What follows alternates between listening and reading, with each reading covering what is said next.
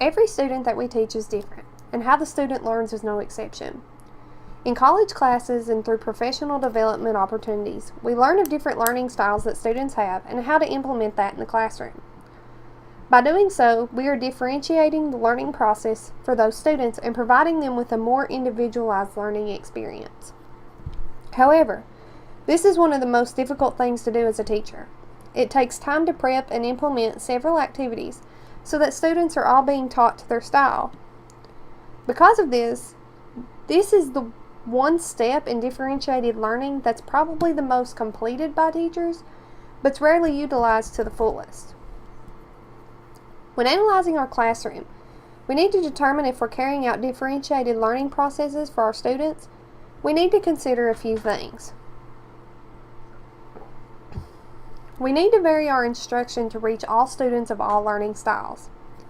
This may mean spending a few days on a single concept by giving instruction and assignments that reach to all learning styles to all students, or we can implement this in our classroom by grouping students of the same learning style together for various activities that will be completed at the same time, but at different stations in our classroom.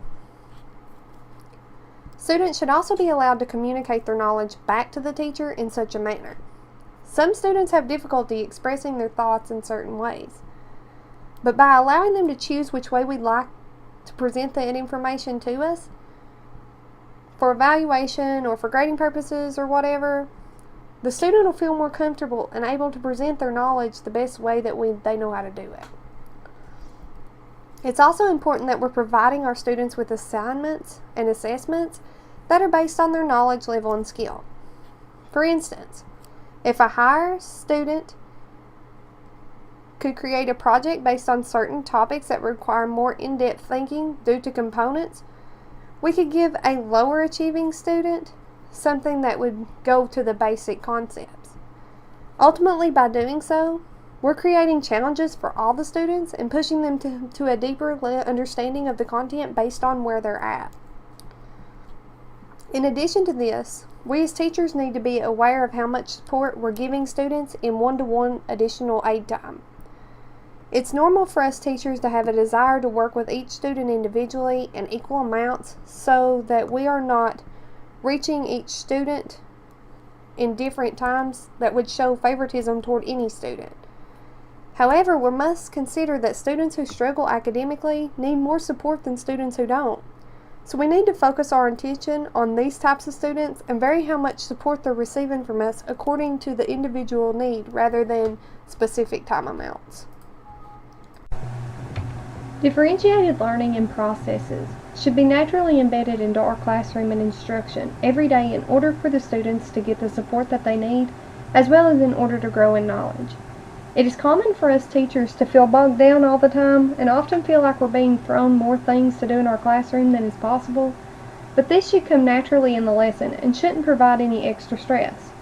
Some great ways to implement process differentiated learning are: varying the length of time that a student has to work on an activity allows students on specific academic levels to be challenged without feeling overwhelmed or discouraged.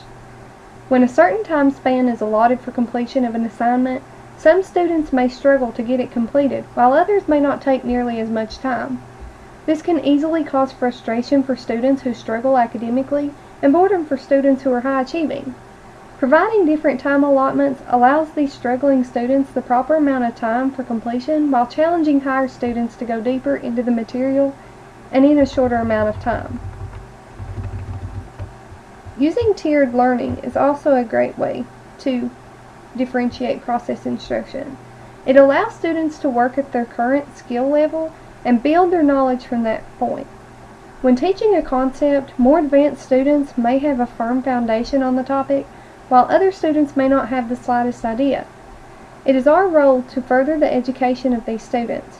Therefore, we need to build from their current knowledge by providing activities that fit their individual needs, as well as tiered support that will pick up each student right where they are. Using a variety of activities that target specific learning styles is also a great way.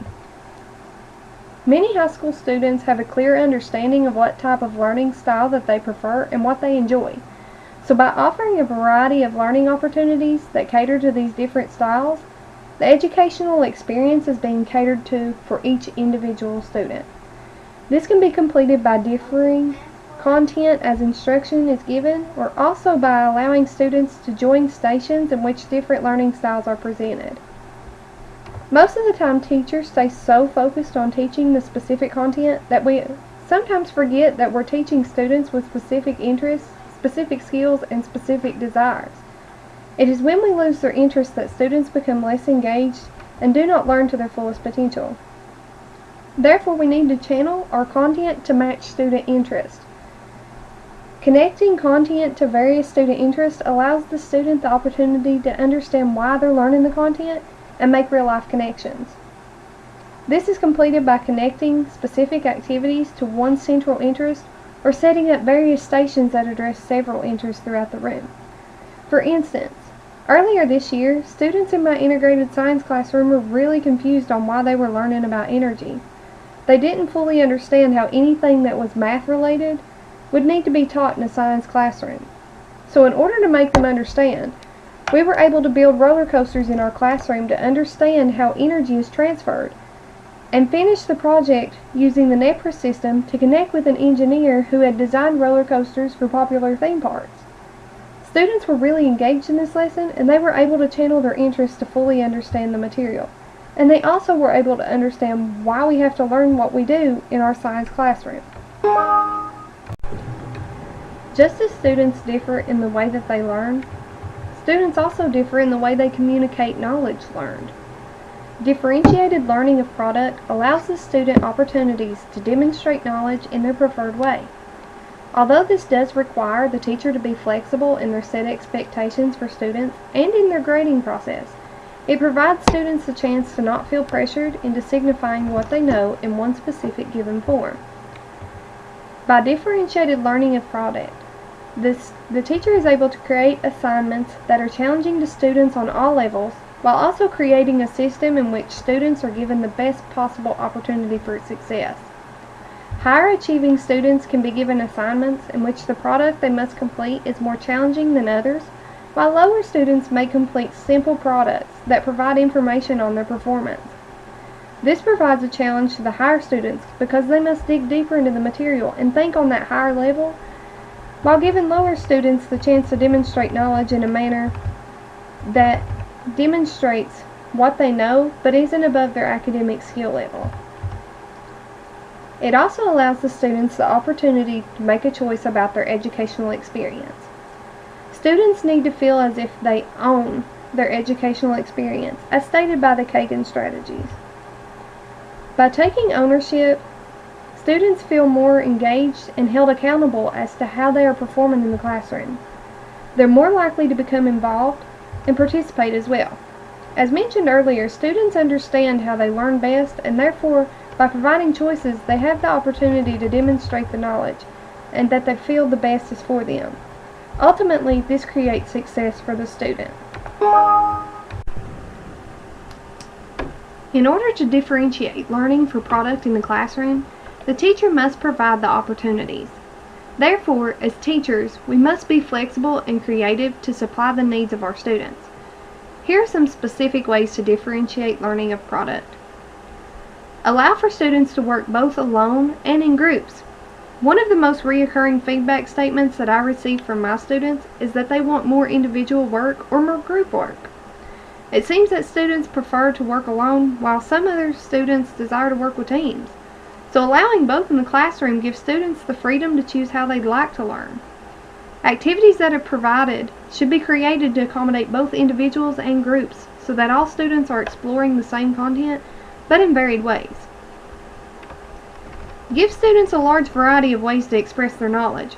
Some students perform best in written assessments, some in verbal, some in hands-on experiences. Allowing students to demonstrate the knowledge in whichever way that they prefer creates a system in which students will most likely be performing at their peak, because generally they'll most likely choose the method that they perform best at.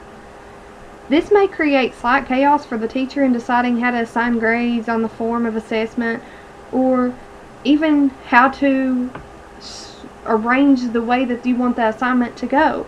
but it can be narrowed to an honest and fair grade, or the use of a rubric can help guide that student in what it actually needs to look like in the end product. As we teach the varied levels of students, we must keep in mind that we're the ringmasters of our classroom, so we must organize it in a way that we're teaching to each student on each level. Through differentiated learning of learning environment, content, process, and product, teachers carry on teaching traditions, but with the added technique that increases the opportunity for all students to be successful. Creating the best possible future for each student means that we offer the best possible education to them. This comes from the creation on an individualized education process in which each student, taught to their individual need, created by differentiated learning, is successful. Alright guys, if you have any questions, leave them for me. Thank you very much.